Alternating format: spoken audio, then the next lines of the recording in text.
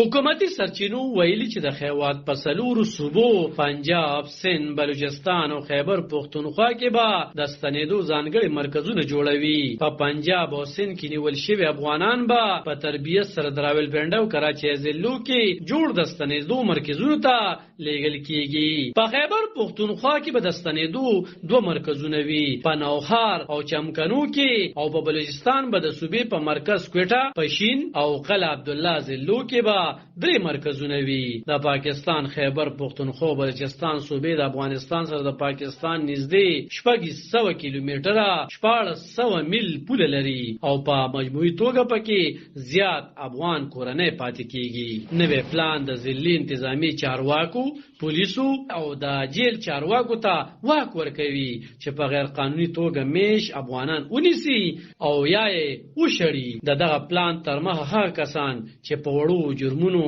کې سزا شوي یا د مخال مقدمه سره مخ دي به وشړل شي.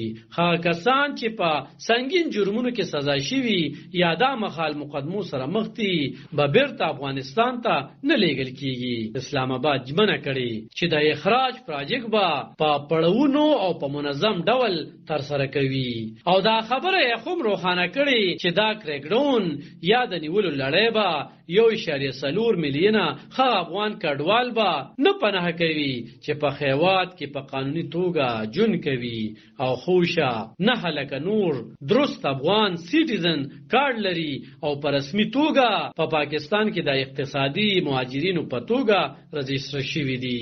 د طالبانو ویان ذبیح الله مجاهد د 9 پرواز د یو افغان ټلویزیون چینل سره په خبرو کې له پاکستان وغوښتل چې له افغان کډوالو سره ښه سلوک وکړي او د وستلو موده وغځوي. هغه د ټولو کډوالو نه وغوښتل چې خپل خیوات ته ستانه شي او دعوه یې وکړه چې جنگ ځپل افغانستان یې په خوندي او ښځې بدل کړی دی. د 2020 کال په اگست کې په افغانستان طالبان بیا واکمن شول او د امریکای په ملاتړ له یو حکومت څخه واک واغسته. کله چې د امریکای او نیټو ځواکونه په افغان جګړه کې لنږدې 2 لسیزو وروسته د خیوات څخه ووتل، طالبانو د اسلامي شریعت خپل سخت تشریع عملي کړې ده او په جنکو د شپږم ټولګي نه پورته تعلیم ترلاسه کولو او په زیاتو ښځو د کار کولو بندیز لګولې دي. دغه بندیزونه زیات افغان کډوال افغانستان ته د بیرته ستنېدو څخه مایوسه کوي. دوی وایي چې لونه یې نشي کولی چې خلک زده کړه او کار وکړي. ملګرو ملتونو هم په اسلام آباد غږ کړی